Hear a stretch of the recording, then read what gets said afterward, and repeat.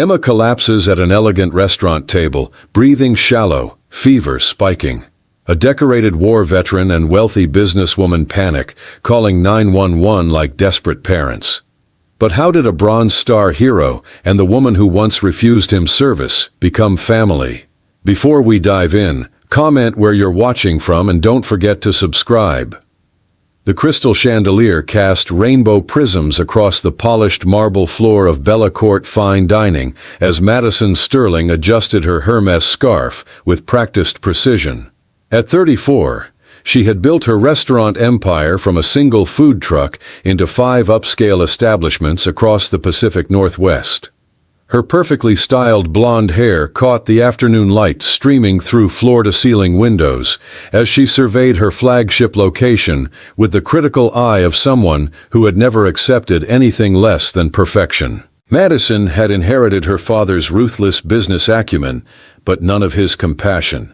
Where Richard Sterling had built his construction empire by treating workers fairly and giving second chances, Madison ruled her domain through fear and rigid standards. Her restaurants catered exclusively to Seattle's elite, and she intended to keep it that way. Every detail from the imported Italian marble to the hand-blown glass fixtures reinforced the message that Bellecourt was for those who could afford the very best. The afternoon staff meeting had just concluded with Madison's usual reminders about maintaining standards and protecting their clientele from any undesirable elements. She noticed Marcus, her head waiter, shift uncomfortably when she emphasized the importance of discretion in turning away unsuitable customers. Marcus had been with her for 3 years, long enough to understand the unspoken rules about who belonged in Bellecourt and who didn't. 2 miles away, Staff Sergeant Jake Morrison was trying to explain to his 7-year-old daughter Emma why they couldn't go to the fancy restaurant she'd seen on a commercial. They sat in their modest apartment, boxes still stacked against the walls from their recent move to Seattle. Jake had been medically discharged from the Army 6 months ago after an IED explosion in Afghanistan left him with a traumatic brain injury and chronic pain that made his left leg drag slightly when he was tired. Emma Morrison possessed the kind of bright curiosity that could illuminate the darkest corners of adult worry. Her light brown hair was perpetually escaping from whatever hairstyle Jake attempted each morning, and her green eyes held an innocence that made his chest tight with protective love. She had been only 18 months old when her mother Sarah died in a car accident, leaving Jake to navigate fatherhood alone while deployed overseas. Now at 7, Emma was his anchor, his reason for fighting through the fog of his injuries and the bureaucratic nightmare of veteran benefits. The Bronze Star medal sat in a small wooden box on Jake's dresser, rarely looked at, but never forgotten. He had earned it for valor during a mission to evacuate wounded civilians from a bombed school in Kandahar.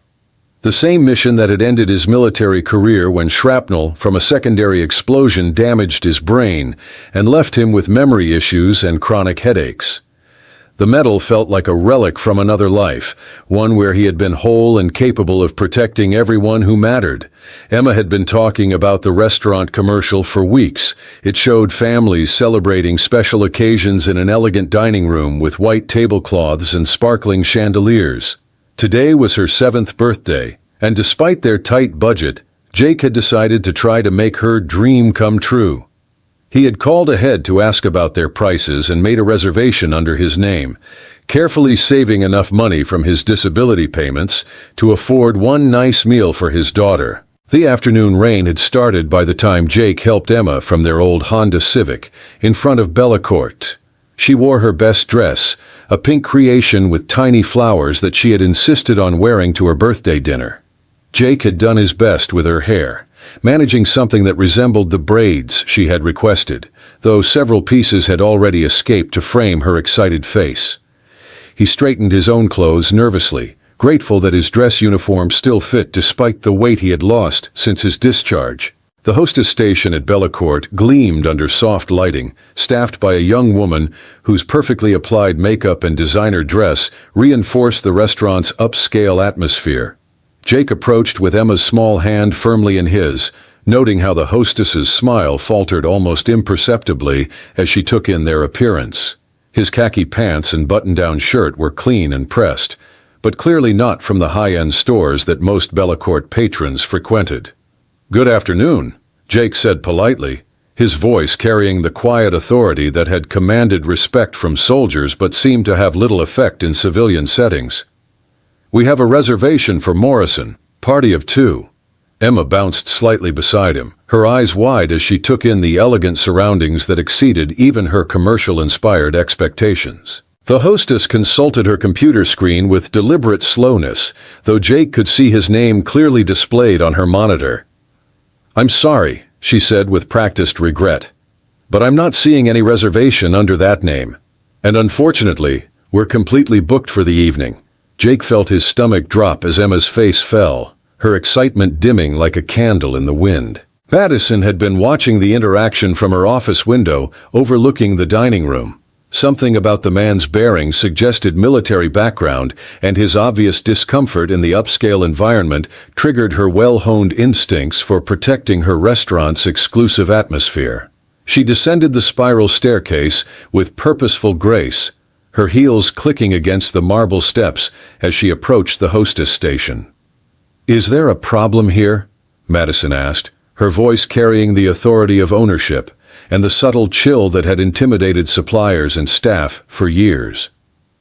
Her blue eyes assessed Jake and Emma with the calculating precision of someone who made snap judgments about people's worth based on their appearance and perceived social status. Jake straightened despite the pain that shot down his leg, drawing on military bearing that was more instinct than conscious choice.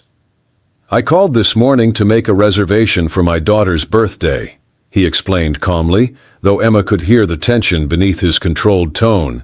"The woman I spoke with said 7 o'clock would be perfect." Madison's expression didn't change, but something cold flickered in her eyes as she took in Jake's worn shoes and Emma's off-the-rack dress. "I'm afraid there's been a misunderstanding," she said smoothly. "Our reservation system has been experiencing technical difficulties today. Unfortunately, we're fully committed for the evening, and our waiting list is extensive." Emma tugged on Jake's hand, confusion evident on her small face. "Daddy, why can't we eat at the pretty restaurant?" she whispered loud enough for Madison to hear. The question hung in the air like an accusation, highlighting the cruelty of disappointing a child on her birthday. "Perhaps you'd be more comfortable at one of the family restaurants down the street," Madison suggested with false helpfulness, her tone making it clear that this was not really a suggestion, but a directive.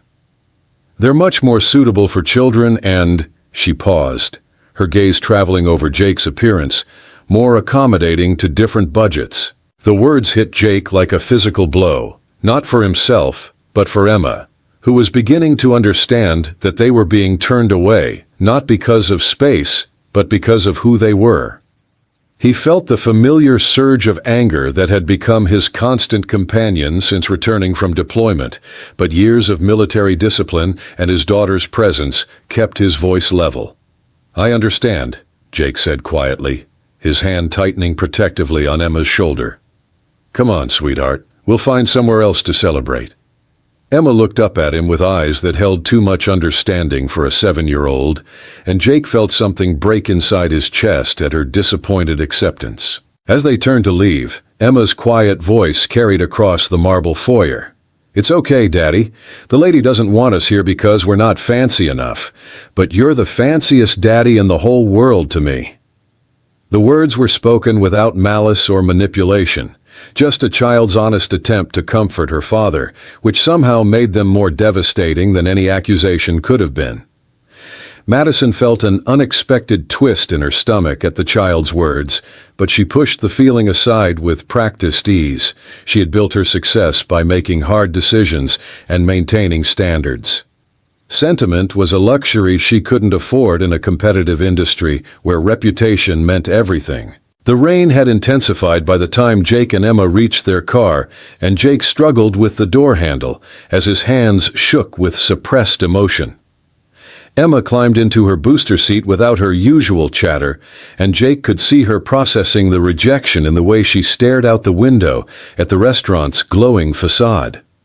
"Where should we go for your birthday dinner?" Jake asked, forcing cheerfulness into his voice as he started the engine. Emma was quiet for a long moment, before suggesting the diner near their apartment, where the waitress always remembered to bring extra crayons, and the pie came with real whipped cream. Marcus had witnessed the entire exchange from behind the bar, and something about the man's dignity in the face of dismissal and the little girl's quiet acceptance troubled him deeply. He had worked in restaurants long enough to recognize the difference between someone who couldn't afford the prices and someone who was being judged unfairly. The man's posture and the way he spoke to his daughter suggested character that had nothing to do with the cost of his clothes. Madison returned to her office, pushing away the image of the child's disappointed face and focusing instead on the evening's reservation list. Bellecourt would be full tonight with the kind of clientele that made her restaurant profitable and prestigious. She had made the right decision for her business, even if it felt somehow hollow. 3 days later, the Seattle Times featured a front-page story about local veterans struggling with employment and housing after returning from deployment. The article included a photograph that made Madison's coffee cup freeze halfway to her lips. Jake Morrison stood in the center of the image, his Bronze Star medal visible on his chest as he spoke at a veterans advocacy event. The caption identified him as a decorated war hero who had saved dozens of lives during his service in Afghanistan. The newspaper described Jake's struggles with traumatic brain injury and his efforts to build a stable life for his young daughter as a single father. It mentioned his difficulty finding employment due to his medical limitations and the challenges of navigating civilian life after years of military service.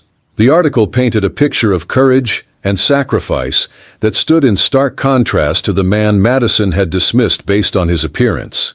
Emma appeared in several photos, her bright smile radiating the kind of joy that came from a child who felt loved despite difficult circumstances.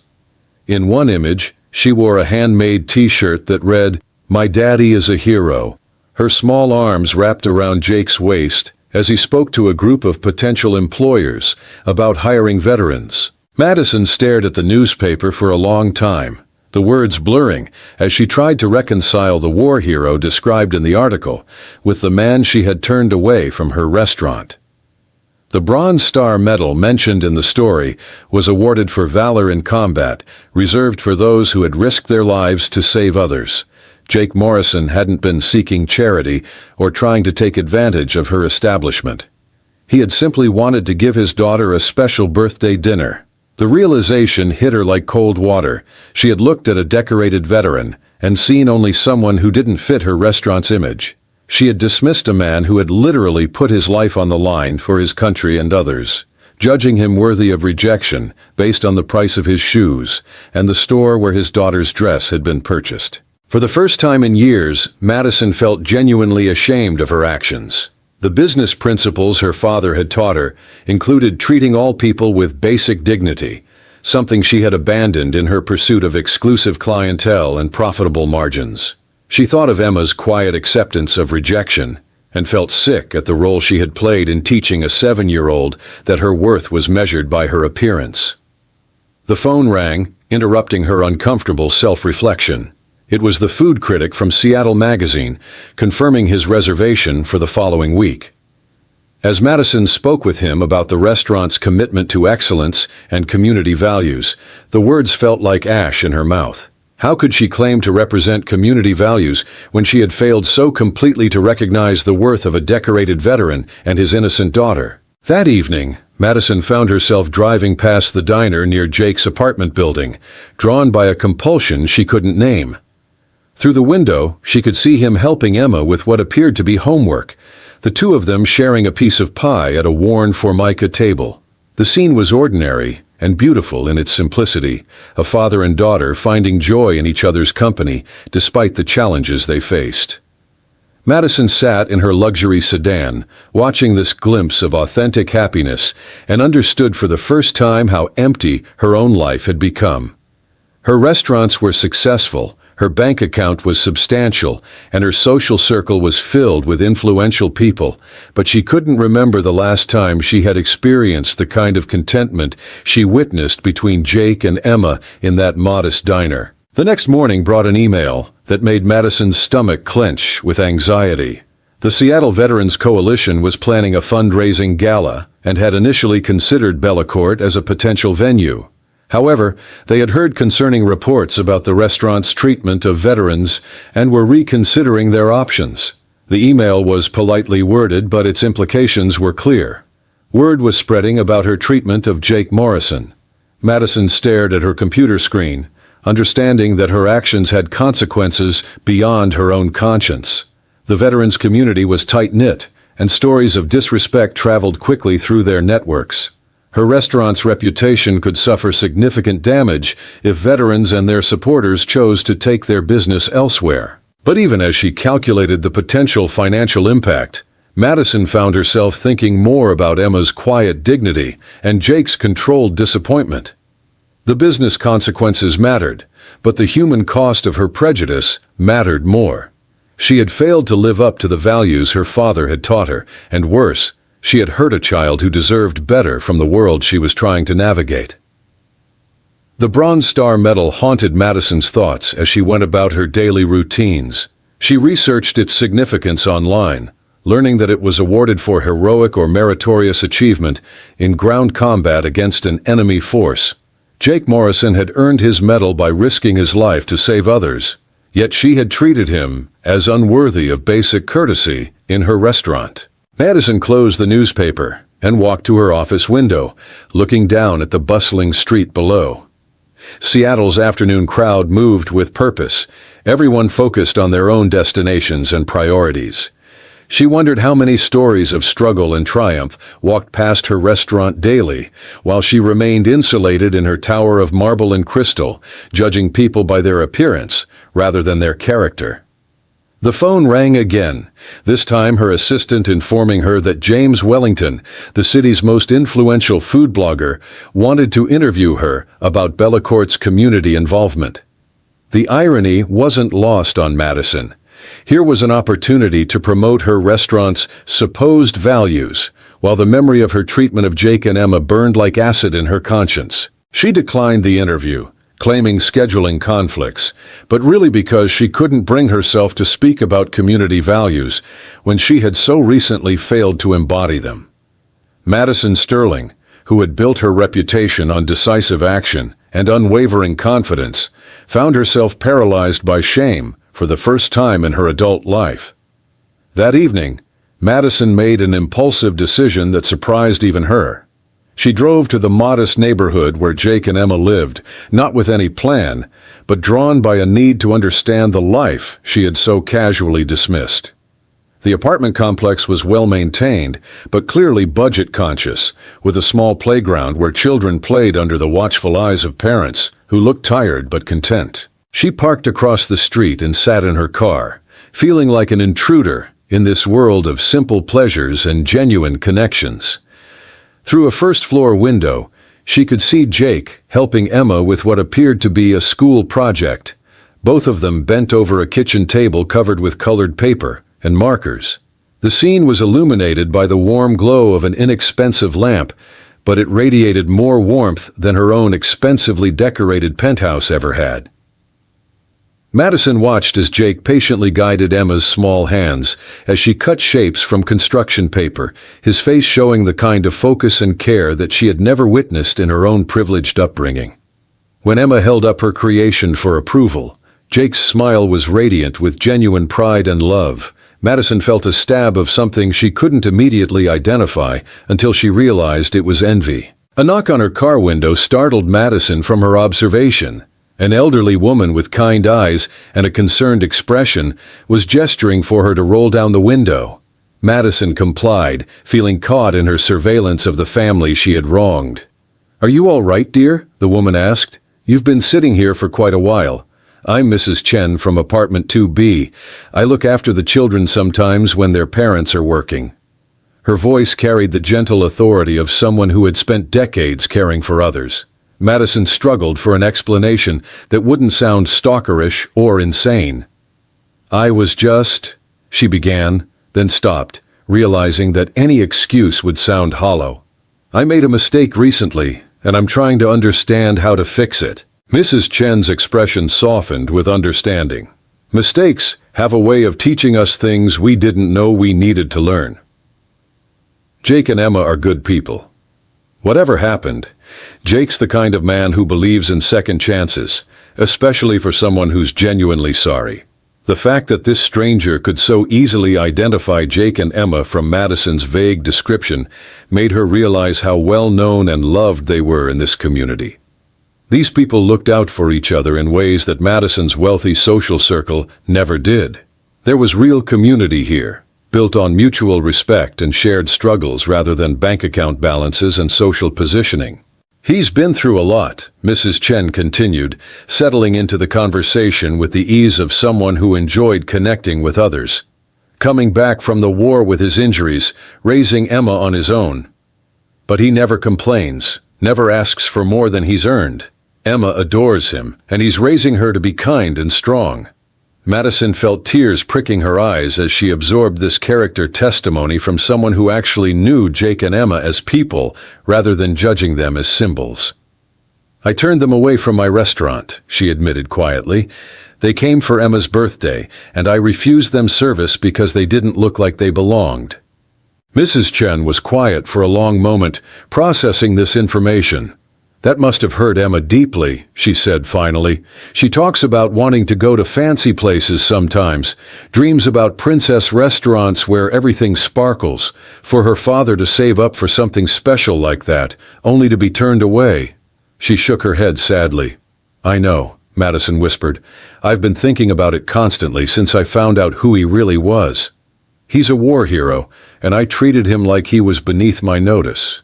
"It's not about him being a war hero," Mrs. Chen said gently but firmly. "It's about him being a person who deserved basic dignity regardless of his service record. Every parent trying to make their child happy deserves that much respect." The truth of those words hit Madison like a physical blow. She had been so focused on Jake's military service and Bronze Star Medal that she had almost missed the deeper point. Her treatment of them had been wrong, not because Jake was a decorated veteran, but because they were human beings deserving of kindness and courtesy. Madison thanked Mrs. Chen and drove home through the darkening Seattle streets, her mind churning with the woman's wisdom. Back in her penthouse, surrounded by expensive art and designer furniture, Madison felt more alone than she ever had. She had built a life of material success but somehow lost touch with the basic human connections that made life meaningful. She pulled out her laptop and began researching organizations that supported veterans and their families. Page after page revealed the struggles that Jake and thousands like him faced every day.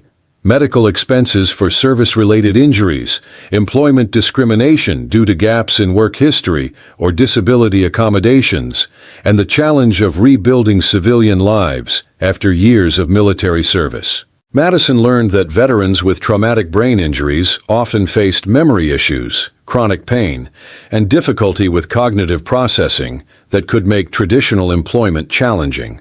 Yet many, like Jake, were working hard to build stable lives for their families, despite these obstacles. The Bronze Star Medal that Jake had earned represented not just a moment of heroism, but years of service and sacrifice that continued to impact his daily life. As the night wore on, Madison found herself reading testimonials from veterans' families, story after story of resilience, love, and determination in the face of challenges that would have broken many people.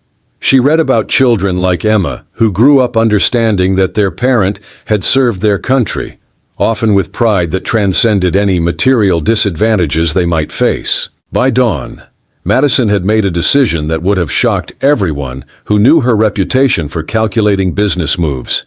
She was going to find a way to make things right with Jake and Emma, not for her restaurant's reputation or to ease her own guilt, but because it was simply the right thing to do. Madison's hands trembled slightly as she dialed the number she had found through the Veteran Services directory. Jake Morrison's voicemail greeting was simple and professional, asking callers to leave a message for either business inquiries or personal matters. Madison hung up without speaking, realizing she had no idea what to say that wouldn't sound hollow or self-serving. She spent the morning pacing her office, drafting and deleting messages that ranged from formal apologies to rambling explanations of her newfound understanding. Nothing felt adequate to address the harm she had caused or the lesson she had learned. Finally, Madison decided that words alone weren't enough. Actions would have to speak louder than any apology she could craft. Her first stop was the Seattle Veterans Coalition office, a modest building that buzzed with activity as volunteers helped former service members navigate benefits, job searches, and family support services. Madison felt conspicuously overdressed in her designer suit as she approached the reception desk, where a middle-aged man with kind eyes and a Navy baseball cap looked up from his paperwork. "I'd like to make a donation," Madison said, pulling out her checkbook, a significant one in honor of Staff Sergeant Jake Morrison and his daughter Emma. The receptionist's eyebrows rose as Madison wrote out a check for $50,000, more money than the organization typically received in several months. "This is incredibly generous," the man said, studying the check with amazement. "May I ask what inspired such a substantial contribution?" Madison felt heat rise in her cheeks as she struggled to explain without revealing the full extent of her shame. "I recently learned about the challenges that veterans face, and I want to help make a difference," she said carefully. "Jake Morrison and his daughter represent the kind of families your organization serves, and they deserve our support." It wasn't the complete truth, but it was honest enough to satisfy her conscience. The second stop was more personal. Madison drove to Emma's elementary school during lunch recess, watching through the fence as children played on swings and climbed jungle gyms with the boundless energy of youth. She spotted Emma immediately, her light brown hair catching the afternoon sun as she sat alone on a bench, drawing in a notebook while other children played around her. Madison's heart clenched at the sight of the solitary child, wondering if Emma's preference for quiet activities was natural temperament or the result of moving frequently due to her father's struggles with employment and housing. She made a mental note to research art programs for children, thinking that Emma's obvious talent deserved nurturing and encouragement. "Excuse me," Madison said to the teacher supervising the playground. "I'm interested in making a donation to your arts program. Specifically, I'd like to fund supplies and maybe some special workshops for students who show artistic promise." The teacher's face lit up with excitement as Madison explained her vision for expanding creative opportunities for the children. That evening, Madison received an unexpected phone call from Marcus, her head waiter at Bellecourt. His voice carried the careful tone of someone delivering difficult news to a potentially volatile boss. "Miss Sterling, I thought you should know that word is getting around about what happened the other night," Marcus said quietly. "Some of the veteran groups are talking about organizing a boycott. They're saying Bellecourt discriminates against military families." Madison's stomach dropped as she absorbed the implications. A boycott could devastate her restaurant's reputation and profitability, especially if it gained traction on social media. But more than the business consequences, she felt sick at the thought that her actions were being held up as an example of how veterans were mistreated in their own communities. "Marcus," Madison said slowly, "what would you do if you were in my position?" The question surprised them both, as Madison rarely asked for advice from her employees. Marcus was quiet for a moment before responding. "I'd find a way to show that one bad moment doesn't define who you really are. You made a mistake, but you're not a bad person. Maybe there's a way to prove that." The next day brought an article in the Seattle Weekly that made Madison's blood run cold. The headline read, "Upscale Restaurant Refuses Service to Decorated Veteran and Child," accompanied by a photo of Bellecourt's elegant facade.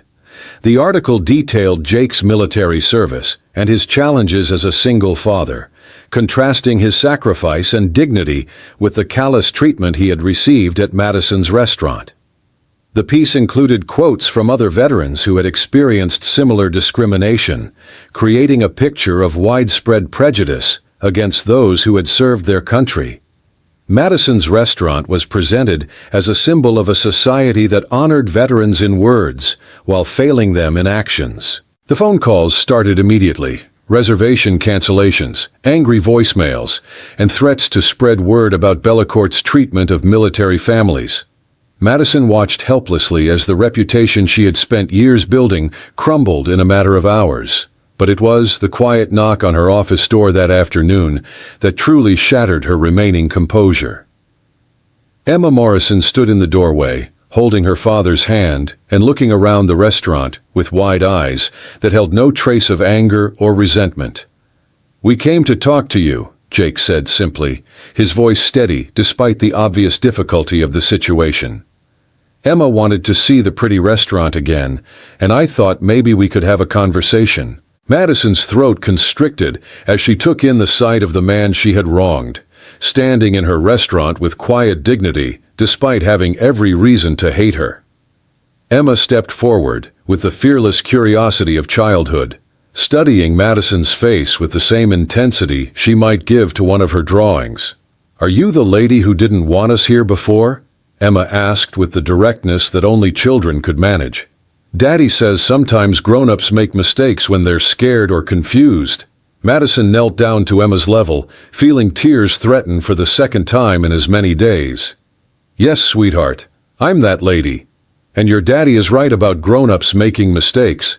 I made a very big one when I was rude to you and your father." Emma nodded seriously, processing this admission with the gravity of a judge. "It hurt my feelings," she said simply. "I was really excited about my birthday dinner, and then I felt sad that you didn't want us here." The honest pain in Emma's voice nearly broke Madison's composure entirely. "I'm so sorry, Emma. You didn't deserve to be hurt like that, especially on your birthday. You and your daddy are exactly the kind of people who should be welcome everywhere." Jake watched this exchange with guarded eyes, clearly protective of his daughter, but willing to let her lead the conversation. Madison could see the internal struggle in his face as he balanced Emma's natural forgiveness with his own justified anger at how they had been treated. "Daddy says you have a pretty restaurant because you work really hard," Emma continued, looking around at the crystal chandeliers and marble floors. "He says sometimes when people work really hard, they forget how to be nice to everyone." Madison felt the wisdom in this 7-year-old's assessment cut deeper than any business article or angry phone call could. Emma had identified the core of Madison's problem with childlike clarity. Success had insulated her from the basic human connections that made kindness possible. "Your daddy is very smart," Madison said, rising to address Jake directly, "and you've raised an incredibly wise and forgiving daughter. I don't deserve either of your kindness, but I'm grateful for it." Jake shifted uncomfortably, clearly unused to such direct emotion from someone in Madison's position. "Emma insisted on coming here," he said quietly. "She wanted to see if you were sorry, and if you were, she wanted to forgive you." "That's just who she is." Madison looked between father and daughter, seeing the love and trust that bound them together despite the challenges they faced. "I want to do more than apologize," she said carefully. "I want to show you that I understand how wrong I was, and I want to find a way to make things right." "You don't owe us anything," Jake replied firmly. "An apology is enough if it's genuine. Emma and I don't need charity or special treatment." The pride in his voice reminded Madison of her father's teachings about dignity and self-respect. Jake Morrison wasn't looking for handouts or sympathy. He simply wanted the basic respect that every person deserved, something Madison had failed to provide when it mattered most. "It's not charity," Madison said quietly. "It's learning. You and Emma have taught me something important about what really matters, and I want to honor that lesson." Emma tugged on Madison's sleeve to get her attention. "Can I ask you something?" When Madison nodded, Emma continued with the serious expression she wore when discussing important matters. "Do you have any little girls or boys?" Madison felt her chest tighten at the innocent question. "No, sweetheart, I don't have any children."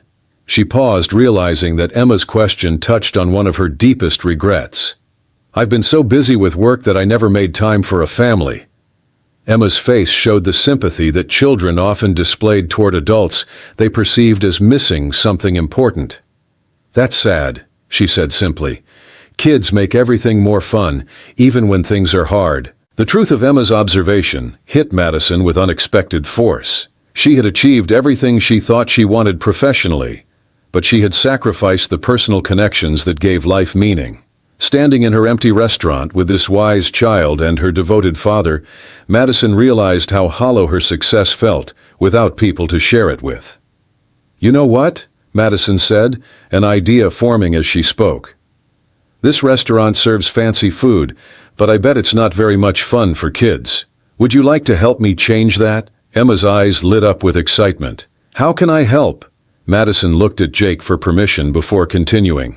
"Well, I was thinking that maybe we could create a special menu for children with foods that are delicious but also fun. And maybe we could have special nights when families like yours feel especially welcome here." Jake's expression remained cautious, but Madison could see him considering the proposal. "That's a generous offer," he said slowly, "but I want to be clear that we're not looking for special treatment. If you're serious about making changes, they should benefit all families, not just us." His insistence on fairness over personal advantage impressed Madison even more. Here was a man who had been wronged, but still thought about the greater good rather than his own benefit. "You're absolutely right," she agreed. "This isn't about fixing one mistake. It's about creating the kind of place that welcomes everyone." Over the next hour, as they toured the restaurant and discussed possibilities, Madison found herself seeing her establishment through Emma's eyes. The formal atmosphere that she had cultivated to attract wealthy clientele suddenly seemed cold and unwelcoming to anyone seeking warmth and connection. Emma's suggestions were both practical and imaginative. She proposed crayons and coloring pages featuring the restaurant's elegant dishes, child-sized portions of adult favorites, and even a special dessert that came with sparklers for birthday celebrations. Her enthusiasm was infectious, and Madison found herself taking notes as if Emma were a highly paid consultant. Jake contributed his own insights about making the restaurant more accessible to families with different economic circumstances. He suggested flexible pricing options, community appreciation nights, and partnerships with local organizations that served military families and other groups that might not typically consider fine dining within their reach. As the afternoon wore on, Madison realized that she was enjoying herself more than she had in years. Emma's laughter echoed through the usually quiet dining room, and Jake's rare smiles transformed his face with warmth that had been hidden beneath layers of caution and pain. "Miss Madison," Emma said as they prepared to leave, using the title with the formality that children often applied to important adults. "Will you come to my next birthday?" "It's not for a long time, but Daddy says planning ahead is important." Madison felt tears threaten again at the generous invitation. "I would be honored to celebrate your birthday with you, Emma, but only if your daddy thinks that's okay." Jake's nod was slow but genuine. "Emma's birthday parties are pretty simple affairs," he warned with a slight smile. "Hot dogs and cake in our apartment, maybe some games in the playground. Nothing like this place." "It sounds perfect," Madison replied, meaning every word. "I can't think of anywhere I'd rather be." As Jake and Emma left the restaurant, Madison stood in the doorway watching them walk down the street hand in hand. For the first time since the boycott threats had started, she felt hopeful about the future. The path forward wouldn't be easy, and rebuilding her reputation would take time and consistent action. But she had been given a second chance by two people who had every reason to refuse her anything. That evening, Madison called an emergency meeting with her management team. She outlined her vision for transforming Bellacourt from an exclusive establishment into a place that maintained its quality while embracing a broader community. The reaction was mixed, with some staff members expressing concern about changing a successful formula. "We've built our reputation on exclusivity," argued Charles, her longtime assistant manager, Opening our doors to everyone could dilute the brand and drive away our established clientele. Madison considered his concerns seriously. Our established clientele will respect us more if we show that we have genuine values beyond just making money. And if they don't, then maybe they're not the kind of people we want to serve. Marcus, who had witnessed the original incident with Jake and Emma, spoke up in support of Madison's vision. "I've seen how the other staff felt about what happened," he said quietly. "Some of them were embarrassed to work here after that. Making changes like this would help us all feel proud of what we do." The meeting ended with tentative agreement to implement Madison's proposals on a trial basis. It would be an experiment in balancing business success with social responsibility, something Madison had never attempted but felt compelled to try. Later that night, Madison sat in her empty penthouse apartment, looking out at the city lights and thinking about the day's revelations. Her phone buzzed with a text message from an unknown number. The message was brief but powerful. "Thank you for listening to Emma today." She hasn't stopped talking about her new friend, Miss Madison. Jake Madison smiled as she saved the message, feeling a warmth that no business success had ever provided. For the first time in years, she was looking forward to tomorrow, not because of what she might achieve, but because of the people she might serve and the connections she might build. The transformation of both her restaurant and her heart was just beginning. But Madison finally understood what her father had tried to teach her about the difference between success and significance. Success was about accumulating wealth and status. Significance was about touching lives and making the world a little better for others. 3 weeks after Madison's meeting with Jake and Emma, Bellecourt's transformation was in full swing. The restaurant's evening atmosphere had shifted dramatically as families filled tables that had once been reserved exclusively for business dinners and romantic dates. Children's laughter mixed with the gentle clink of fine china, creating a warmth that Madison had never imagined possible in her formal establishment. The Family Fridays program had exceeded every expectation. Local families, including many military veterans and their children, filled the dining room each week for specially priced meals and activities designed to make fine dining accessible and welcoming. Emma had become something of a celebrity among the young diners, her art supplies and wisdom freely shared with other children who were experiencing upscale dining for the first time. Madison found herself looking forward to these evenings, more than any high-profit night she had ever hosted. Watching Jake help other veteran fathers navigate the menu while Emma entertained their children filled her with a satisfaction that no business achievement had ever provided. She was building something more valuable than profit margins. She was building community. The change hadn't come without resistance. Several of Madison's longtime wealthy patrons had canceled their standing reservations, complaining that the restaurant had lost its exclusive atmosphere. Food critics debated whether Bellecourt was compromising its culinary standards by catering to families with children. The financial impact was significant enough to worry Madison's accountant, who warned that the restaurant's profit margins were suffering. "You're taking a huge risk," Charles told Madison during their weekly business review. "The overhead costs of these family programs aren't being offset by the revenue they generate. Some board members are questioning whether you're making emotional decisions rather than business ones." Madison considered his concerns while watching Emma teach a younger child how to fold his napkin into the shape of a swan, a skill she had learned from Marcus during one of their Friday visits. The sight of children learning etiquette and table manners in an environment that celebrated rather than intimidated them convinced Madison that some risks were worth taking. "Sometimes the most important investments don't show immediate returns," Madison replied. "We're building something here that's bigger than quarterly profits. The question is whether we have the courage to see it through." The real test came on a rainy Thursday evening when James Morrison, Jake's older brother, arrived unannounced at the restaurant. Madison had heard Jake mention his brother occasionally, always with a mixture of love and frustration that suggested complicated family dynamics. James wore an expensive suit and carried himself with the confidence of someone accustomed to getting his way in both business and personal matters. "I need to speak with you about my brother and niece," James told Madison without preamble when she approached his table. His tone carried the authority of someone used to demanding immediate attention.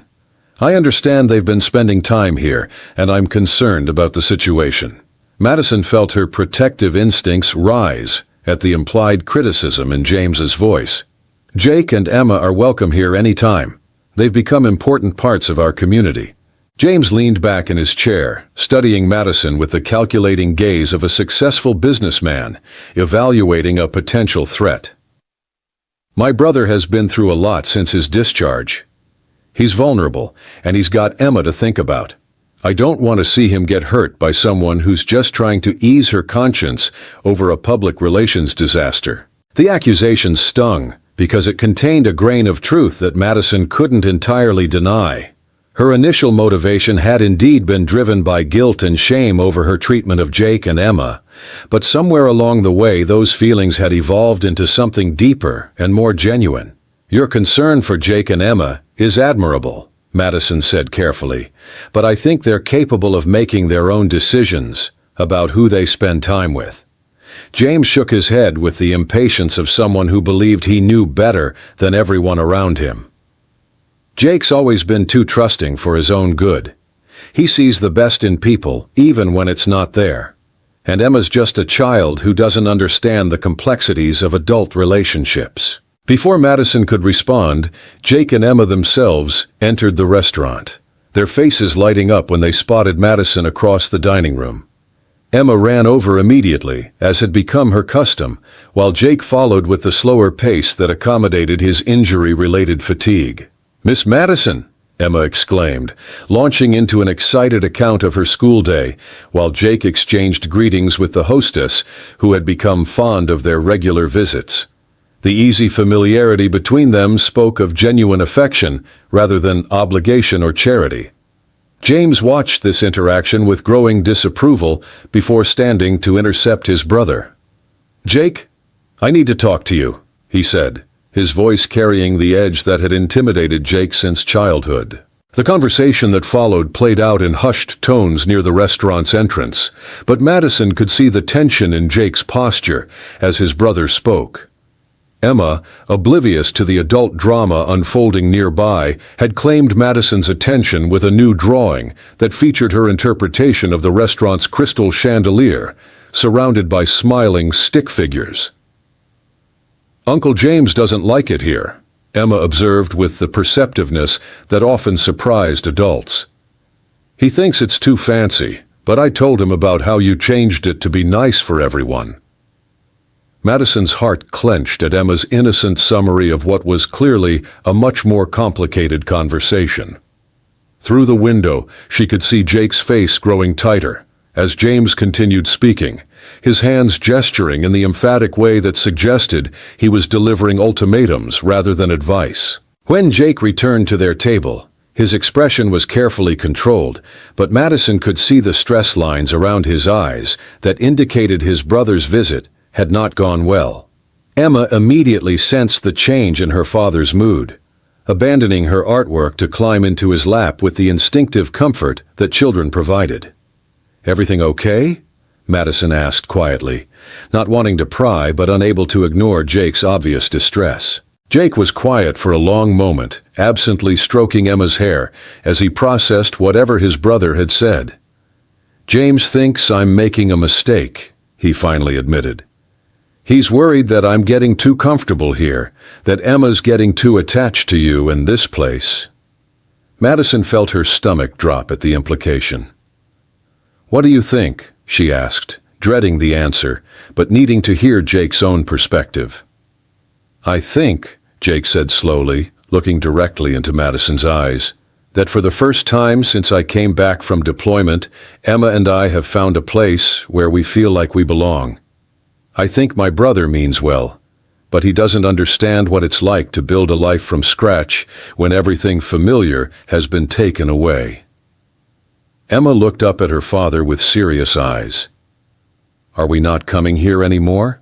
she asked, her small voice carrying a weight of disappointment that made Madison's chest ache. "That's not up to Uncle James," Jake said firmly, his military bearing reasserting itself as he made what was clearly a difficult decision. "Emma, you and I decide where we belong and who we spend time with, not anyone else." The declaration hung in the air between them, representing far more than just a decision about restaurant visits. Jake was choosing to trust his own judgment over his brother's concerns, to prioritize his and Emma's happiness over family pressure. Madison felt tears threaten at the courage Jake was showing, not just in standing up to his brother, but in choosing to continue building their unlikely friendship, despite the potential complications it might create. "You'll always be welcome here," she said quietly, "both of you, no matter what anyone else thinks." Emma beamed at this reassurance, immediately returning to her drawing with the resilience that allowed children to bounce back from adult worries.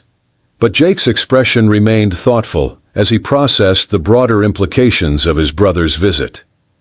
"James isn't wrong about some things," Jake admitted later, after Emma had been settled in the restaurant's small reading corner with a book and some crayons. "I am vulnerable in some ways.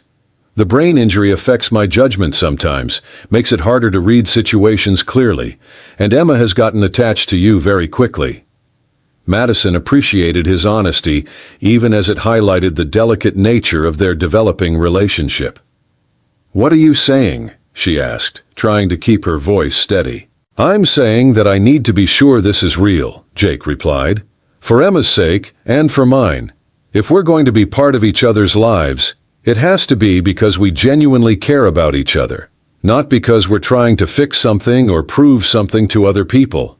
The directness of his statement caught Madison off guard, forcing her to examine her own motivations more honestly than she had in weeks. What had started as guilt-driven attempts at redemption had evolved into something she wasn't entirely sure how to define. "I care about both of you," Madison said finally. "More than I expected to, more than I probably should given how we met. But I can't promise that I won't make mistakes, or that I'll always know the right thing to do. I've never had a family of my own." Jake nodded slowly, understanding evident in his eyes. "Emma and I don't come with the instruction manual either.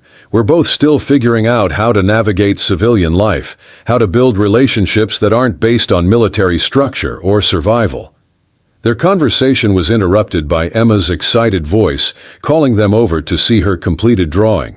The artwork showed the three of them standing in front of Bellacourt, but this time the restaurant was surrounded by other families, all holding hands and smiling under a bright yellow sun. "It's everyone being happy together," Emma explained proudly.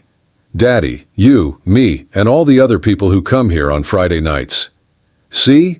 I drew Mrs. Patterson from down the hall, and the soldier man with the wheelchair, and the lady with the twin babies." Madison studied the drawing with amazement, realizing that Emma had captured something she herself hadn't fully recognized.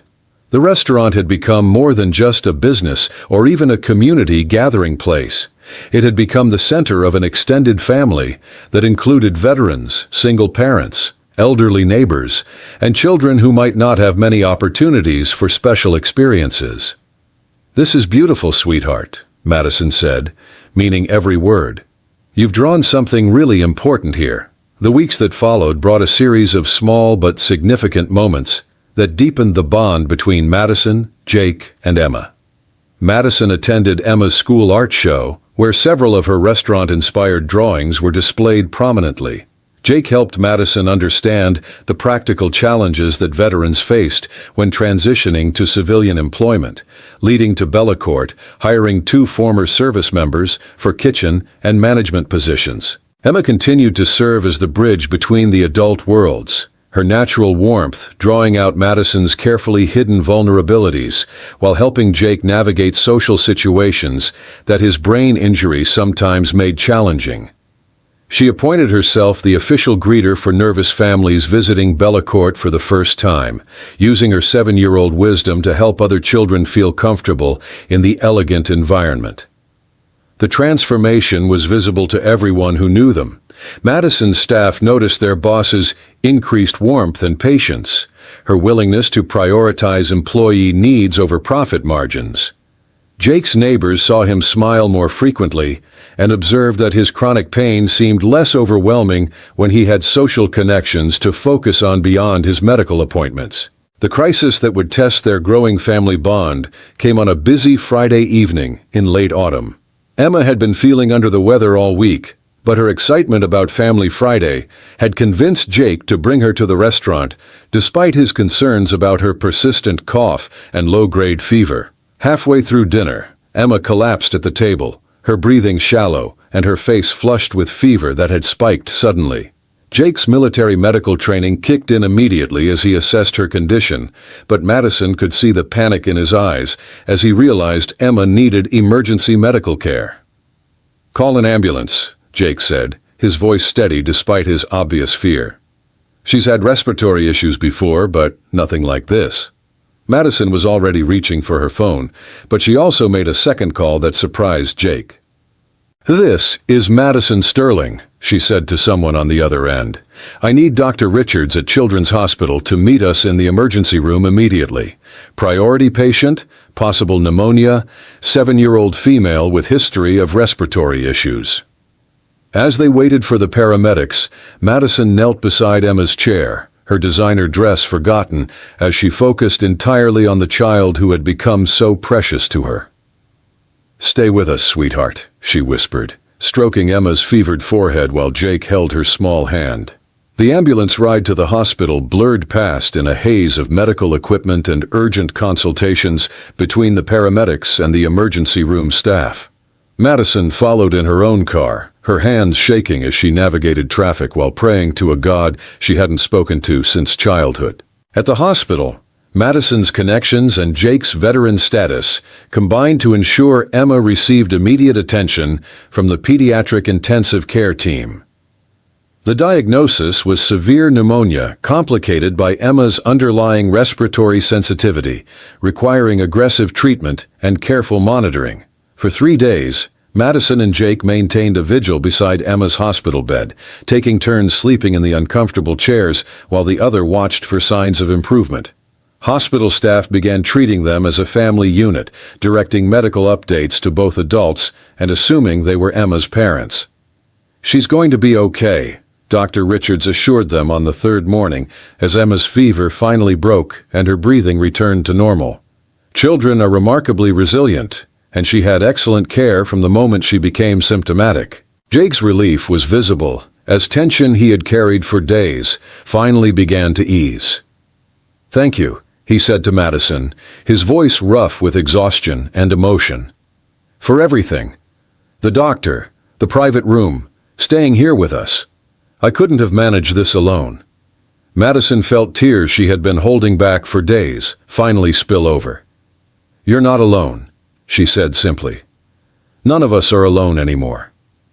Emma's recovery took several weeks, during which Madison found herself fully integrated into their daily routines. She picked Emma up from school when Jake had medical appointments, helped with homework when brain fog made it difficult for Jake to focus, and discovered that she had a natural talent for bedtime stories that could make even a sick child giggle. The experience had changed all three of them in fundamental ways. Jake had learned to accept help without feeling diminished, recognizing that interdependence was strength rather than weakness. Madison had discovered that love could grow from the most unlikely circumstances, that family could be chosen rather than inherited. Emma, with the adaptability of childhood, had simply incorporated Madison into her world as if she had always belonged there.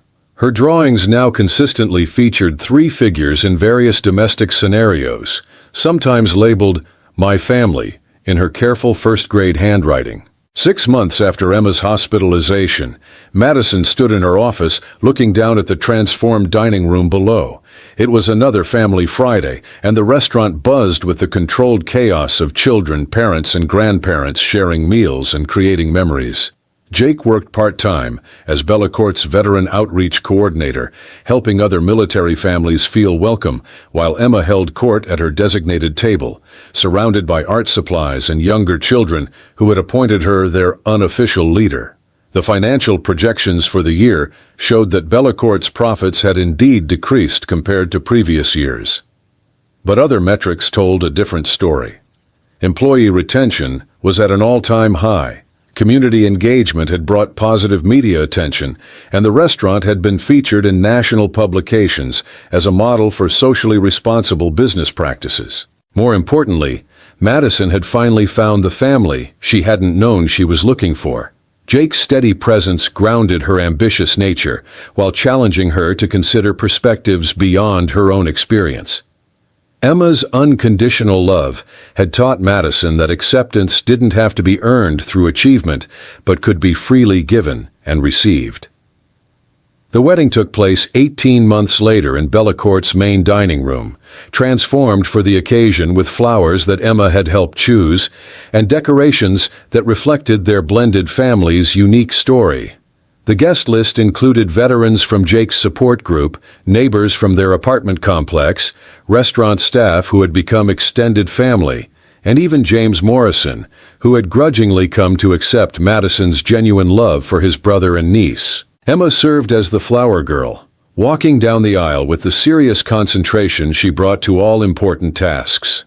Her dress was a soft pink that complemented Madison's elegant but understated gown, and her smile could have powered the restaurant's chandelier. During the ceremony, when the officiant asked if anyone had reason to object to the union, Emma raised her small hand and announced solemnly, "I just want to say that I'm really happy we're all going to be together forever now."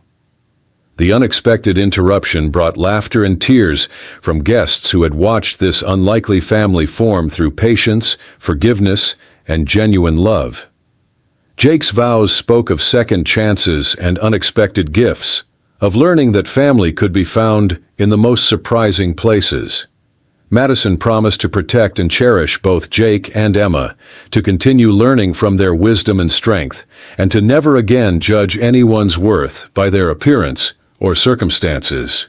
2 years later, Madison stood in the same hospital where Emma had been treated for pneumonia, but this time she held a different child in her arms.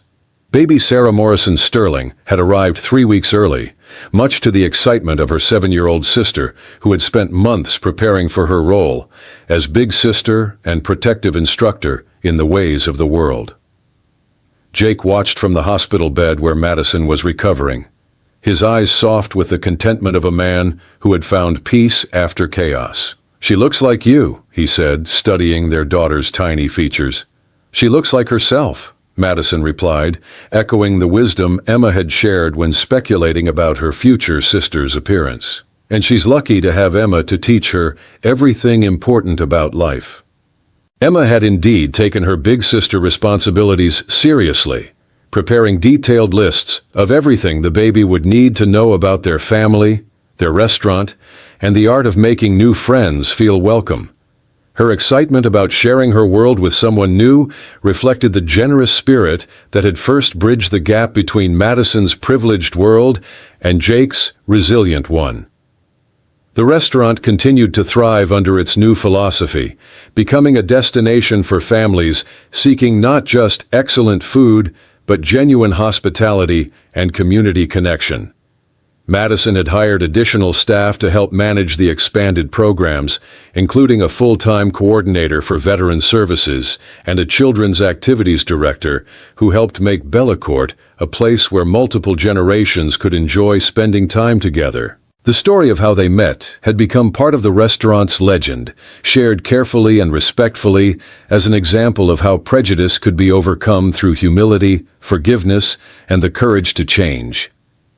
Madison never shied away from acknowledging her initial failure, using it as a teaching moment about the importance of seeing beyond surface appearances to recognize the worth in every person.